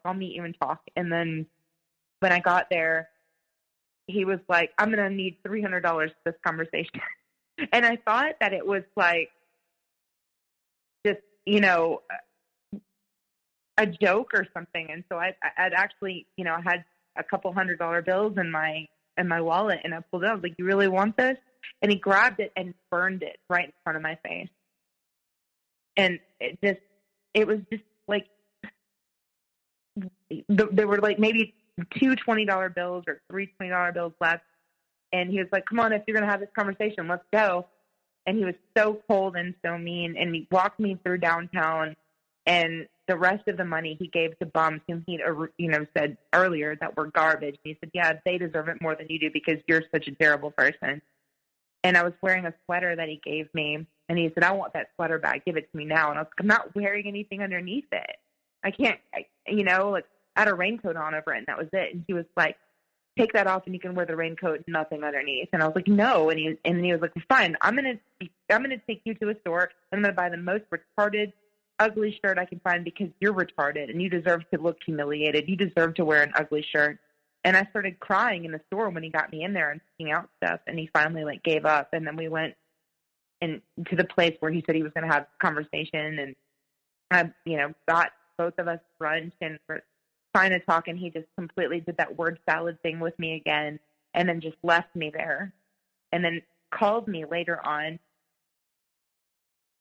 and said, I'm at this place. Let's just come here instead. And so I met him there. And he was really drunk when I finally met him there. And he started saying, like, hey, actually, I said to him, I really think this is really the beginning of the end, because this is when I finally kind of made the realization, like, okay, this person is a narcissist. And I told him, I was like, I think you're heading down the same road that my dad went down. And now he's laying in a hospice bed by himself. And nobody wants to be around him. And I don't want that to happen to you. I want you to get well. And he was like, I'm going to talk to your dad. I want to learn how to be better at this. I'm going to learn from him. And he actually called my dad at the hospice. He had the number in my phone and got him on the phone. And my dad was like so out of it. He thought he was talking to me. And he kept saying that I love you. And like, it was just like a weird moment. I can't believe he called my father, because I hadn't even talked to him in years. And later that night, like, he just said he was really sorry and he wanted things to work out. And I went back home with him, and then his mom ended up coming over at 3 a.m. and like knocking on the door erratically and texting him, and he answered the phone and was like, "Oh yeah, Isabelle's here. She's crazy, blah, blah, blah." It's just, it was just insane at this point. And then, I remember him telling me that he only ever hate fucked me, which is just like a terrible phrase I would never use. And I didn't even know what it meant at the time. I had to go look it up. And there was another time I went over and like tried to talk to him, and he grabbed my phone from me and smashed it. He picked up a bat axe, threatened me with it. And like another time I came over to talk to him, he slammed me into the door and put his hand in my mouth and grabbed me by the jaw and slammed my head into the door over and over. And when I curled up into a ball, he dragged me across the kitchen floor by my hair. Any time I tried to like force that conversation, he amped up that abuse. And I was just thinking, I deserve this conversation. I deserve to not be treated this way. And I'm gonna get through to him. And it was just awful. And then finally in like March of 2020, he came back to me and he was like, "I have been an awful person. I want to change, and I should protect you from my alcoholism. And I really am sorry, and things are going to be different from now on, and like give me another chance." And like I said, like from that summer up until March of 2020, it was mainly just him hoovering me really quickly, then devaluing me and discarding me immediately. And that just happened several times. So it was really just the beginning, mostly just discard, and mostly not talking to me, and mostly just using me for sex, but with this hope that things were going to get better. So when he came back to me and said that, he was like, "Everything's going to be different this time, and we're going to talk about it, and everything is going to be good." And we had this talk where he kind of convinced me that, and he did use a lot of like projection and just kind of blame shifting and gaslighting and just, you do this, and that's why I'm like this, and so you need to do this, and da-da-da, and like, we're going to, it's going to work out, and we're going to blah, blah, blah. And I tried to accommodate him so much. I tried to be perfect. I was like, well, look, he needs a lot of space, so I'll give him space. Like, because at that point, I'm just thinking, well, he discards me so much, I'll just, and I didn't think he was a full-blown narcissist. I just thought he's heading down that path, so I just thought, well, if he needs that space, because that's what I'm seeing here, I'll just give him that space. I'll be perfect. He won't be able to do anything more to me because I'll just give him space when he needs it. And we could see each other like once a month. That's fine, and at that point, I've just lost all my boundaries and lost everything. And so he comes over and he's sitting down at my computer, and this is after we'd had that talk and everything. It was like maybe a week later, and he sits down at my computer and he starts looking up trap porn on the computer. This is what he calls it, and he's trying to make me watch it. And I'm like, no, I thought we were going to spend time together. And he just kept laughing at that, wouldn't look at me, and then finally he was like, let's go to the other room and do it or whatever. And it was just so cold and so, like, I felt like I was being hate fucked. It was awful.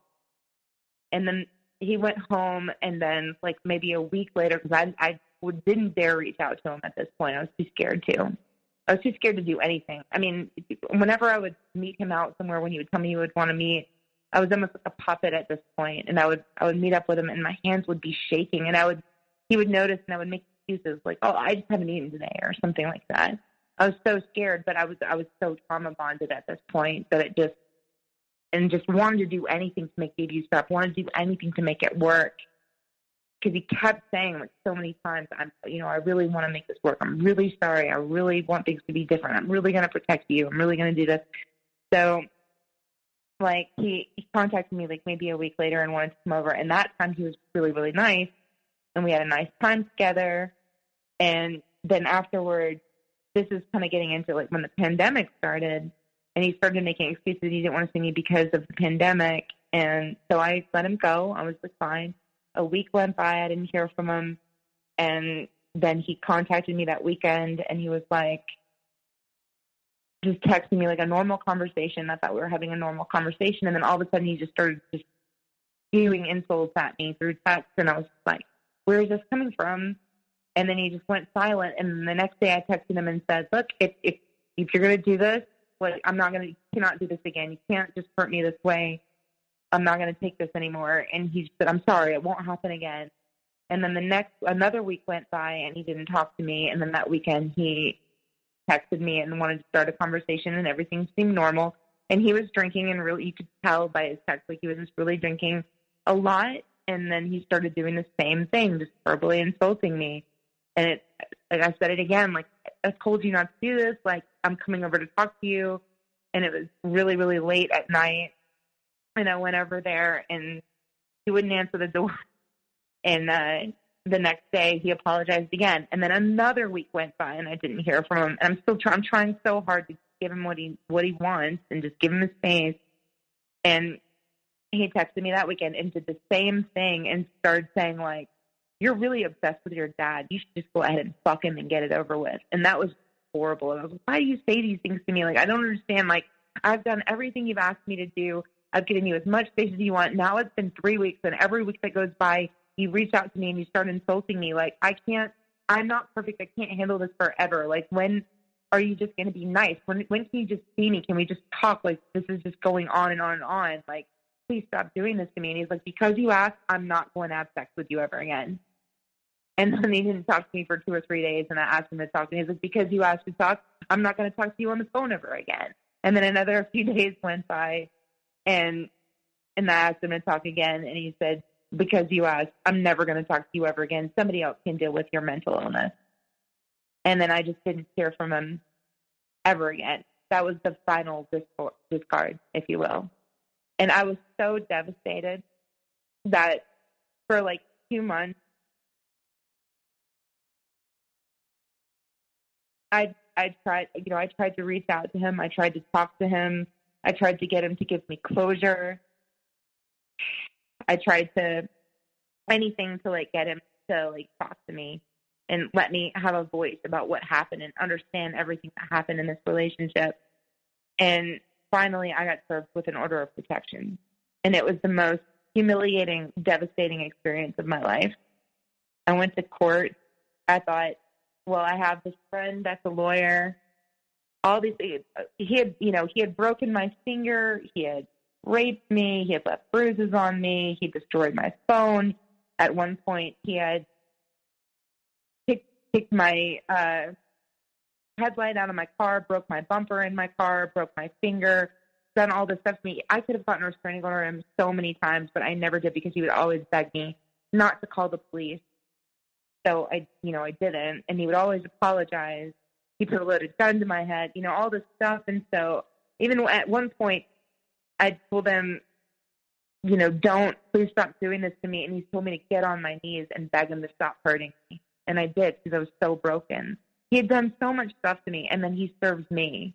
And I thought, oh my God, I used to be this classy, well put together person, and now I'm this, and now I'm being served with this. And I know I'm the victim here.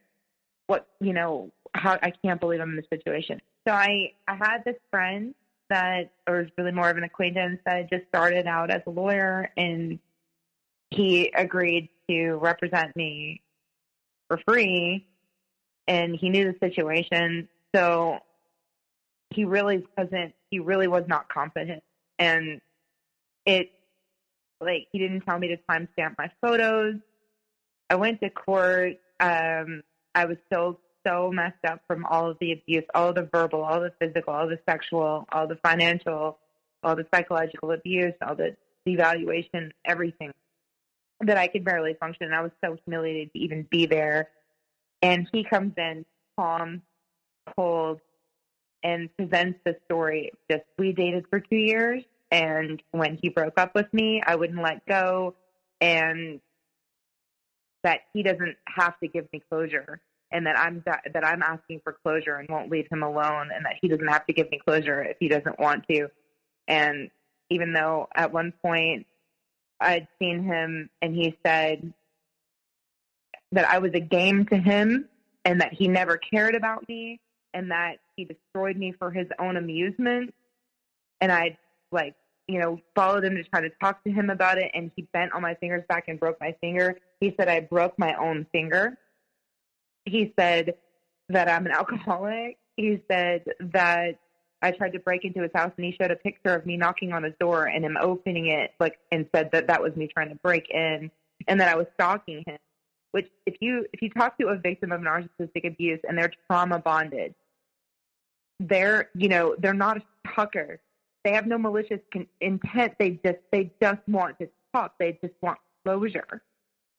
It's not stalking. It's not healthy behavior. I'm not trying to say what I was doing was healthy, but I was desperate to have a voice. He never let me. He always used word salads to get out of those conversations, or just ignored me completely. And, you know, having heard that I was a game to him, that he destroyed me for his own pleasure, and not getting to know what the hell happened to me, you know, you're just dying to just rationalize and understand, or just talk and figure it out. And to be called a stalker because of that is just, I had never had a relationship like this in my entire life. Nothing like this ever happened. I'm not a stalker. It was awful to be called that, but I felt the shame. And I had a friend that was in court with me. I thought was a friend. And mind you, I'm hanging out in this group where all these artists and all these musicians gather. And I had, you know, rose-tinted glasses on when I started hanging out. I hadn't been social in a while, and I just thought, oh, I'm going to hang out with all of these artists, and it's going to be great.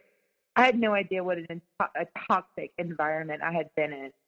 All these people are basically alcoholics, and they're unhealthy people. There's a few really good people in that group, but I was hanging out with just bad people.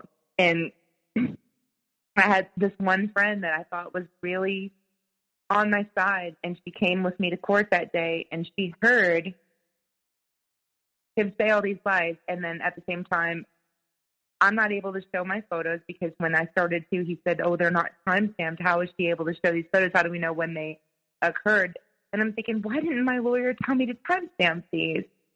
And so that didn't get to be shown. And then all of the text, the harassment that he sent me, when I started to show those, he said, oh, well, verbal abuse isn't grounds for a restraining order. And I even said to the lawyer, like, don't say it's verbal abuse, say it's harassment. And he wouldn't say anything. And he didn't. And I warned the guy, like, this guy is cunning. He is a con artist. He has laughed about how he's conned people in the past. He lies about all this stuff. He's gaslit me. He's definitely a narcissist. Like, understand that he is going to be cunning. And I think maybe the reason why he moved from North Carolina to Atlanta to here is that he had intimated that he had to leave for some reason or another. He's probably done this to other girls. He's going to do this again. This isn't an anomaly. Be aware. And the guy just didn't do anything. He seemed nervous.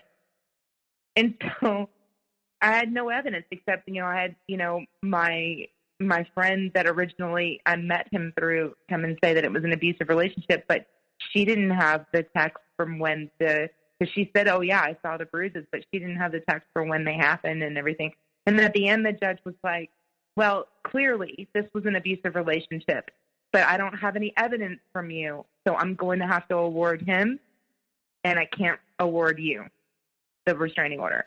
So now basically the legal system is telling me that I'm the one to blame and that I'm the one that is the bad person here. And I started internalizing that. And the girl that was with me at court ended up believing his lies and wouldn't let me explain anything because after that I was so broken, I was suicidal. And she left me, and then she went and told everybody in that group of people where everybody hung out that I'm a stalker that tried to break in someone's house. That she said that I tried to run him over in my car when he actually tried to run me over. She said that I broke my own finger when he tried to break my finger. When he did break my finger. And then told everybody that I have a restraining order on me. And so now I'm not only dealing with the fact that I've been through this horrible abuse, but everybody in that group, in that hipster scene, just completely stopped talking to me and she believed the lies that he said, and they believed the lies that she said. So I lost everything. Like, everything in me collapsed. And I I just felt like the only thing that I can do is walk away from all of this. Yet I'm still trauma bonded to this person. And about 8 months went by in this restraining order, and I was out one night and going to a different place where, you know, those people don't really hang out, and I ran into my ex. And he was really, really drunk, and of course. And when I saw him, I almost fainted. I was I'm at this point just very defeated, very helpless. I feel like nobody believes me. I don't have a voice. Like, nobody understands what happened to me. People don't even know about narcissistic abuse. People believe his lies. His smear campaign is working. Like, it's, I'm the one, like, 'cause they really do try to make their victims look like they're the ones that are crazy. And because they're so traumatized by all the abuse and emotional, it's easy to do, you know? So, you know, people just think I'm crazy, and they don't really know him, so they don't really care. And I ran into him, and I thought I was going to faint when I saw him. I got myself together, and I asked him, "Are you going to call the cops on me?" And he goes, "No, sit. I want to talk to you." And because I'm trauma bonded, because I'm desperate for closure, because I'm just so broken by everything, I sat down, and he started saying, "I'm really sorry. I want you to have everything you ever wanted. I want you to have closure. I know you need this conversation. Let's have this conversation."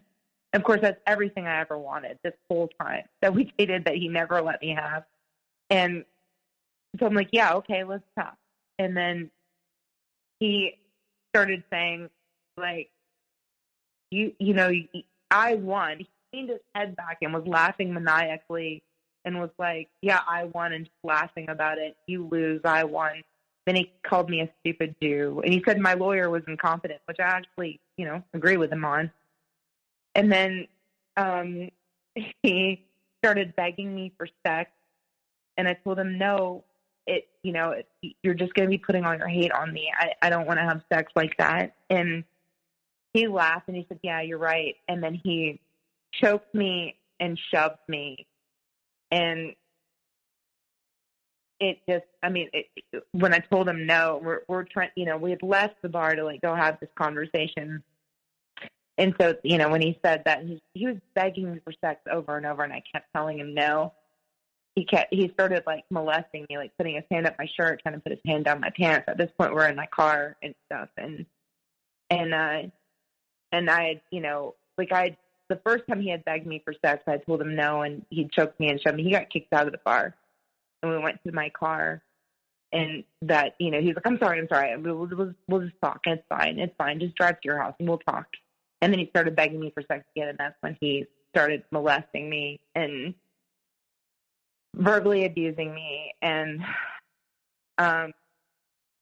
then he busted out my windshield with his foot for no reason.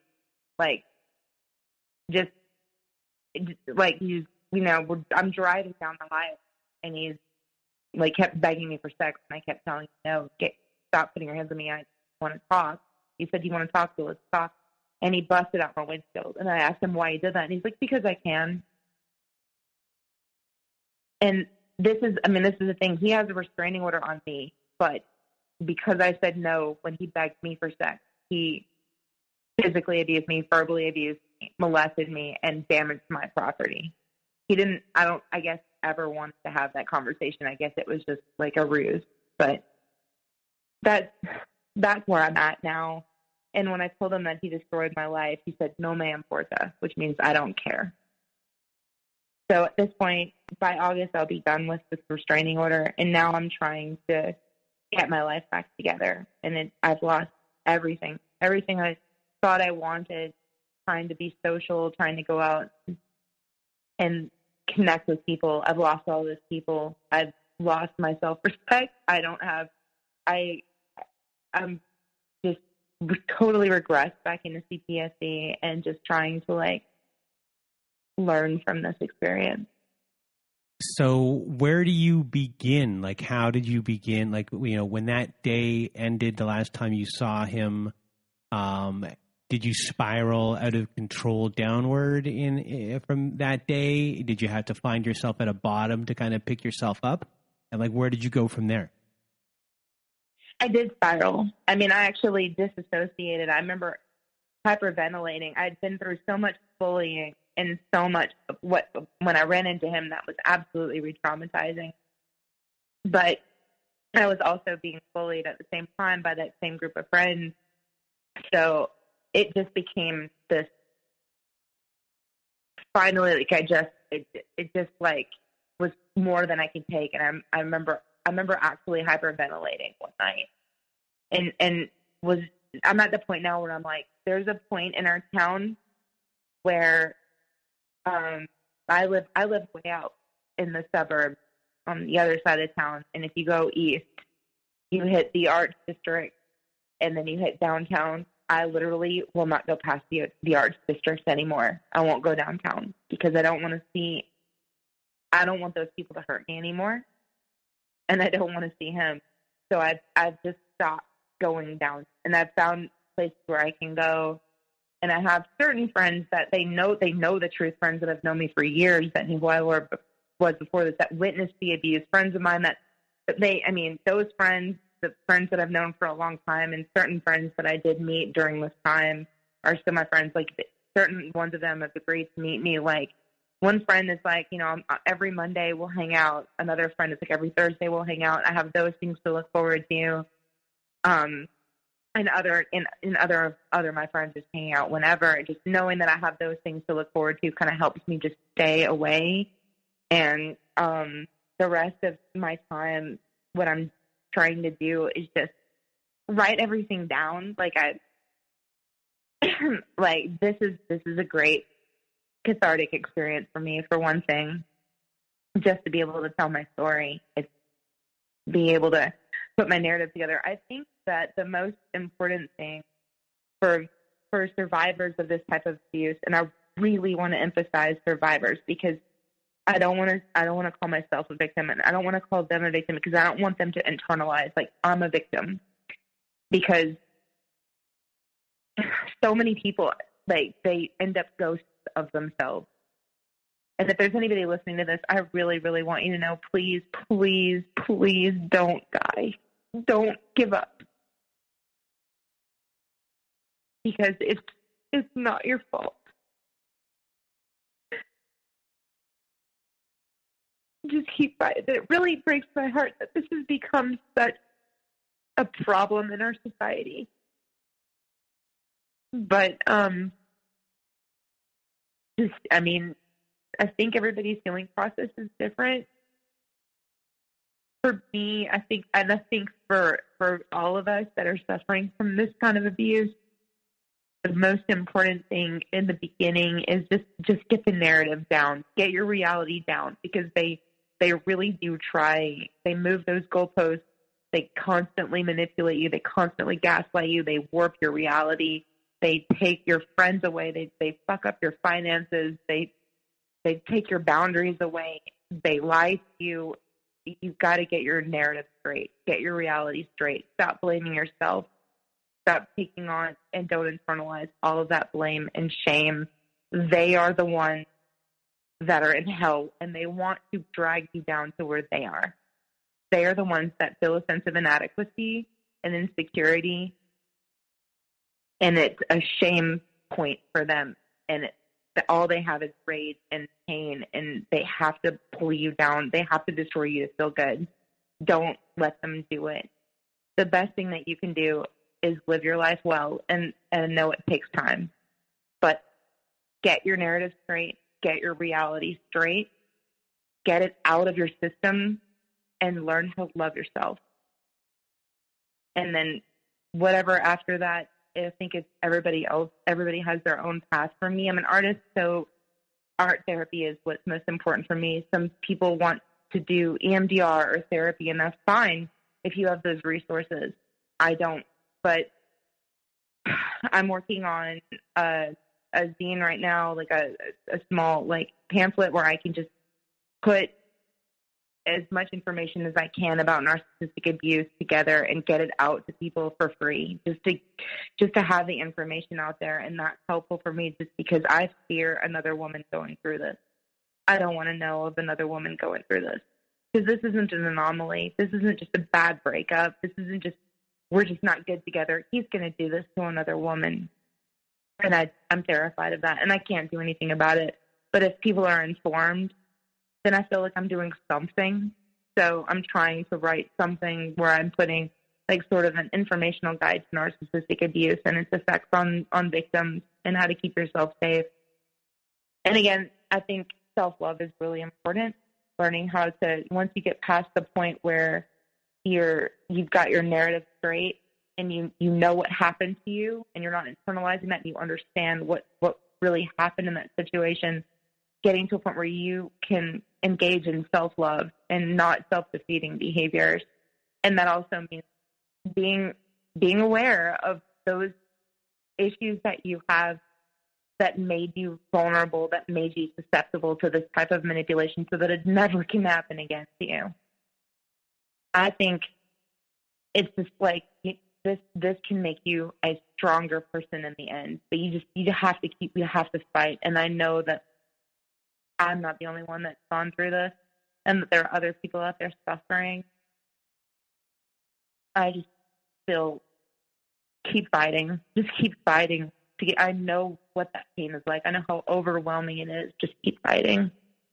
Just love yourself and understand that the person that you were with is a very sick person that's also in hell, and they wanted to bring you to hell with them. And just let it go and know that there's someone so much better for you out there that's going to love you for who you are. Just love yourself, and that'll happen.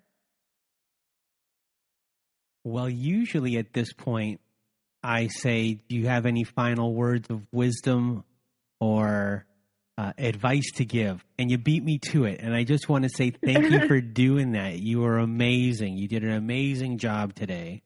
And, we've had a long conversation, longer than people think. And, it's been a really interesting collaborative experience. And I'm really proud of you for what you did today. You did fantastic, and you're going to help a lot of people. And you yourself, hopefully you listen to the own words that you said in this episode, because you have nothing to be ashamed about at all. And, the power is back with you. And you're wonderful. And you did superb. And I can go on with a million synonyms. But I'm going to stop right there and just say thank you from the bottom of my heart for being here with me today and sharing your story with everyone. Thank you so much for having me. It means the world to me from the bottom of my heart. Thank you. Well, you're welcome. And from me and Isabelle, thank you to everyone who is listening. And I hope you have a good night.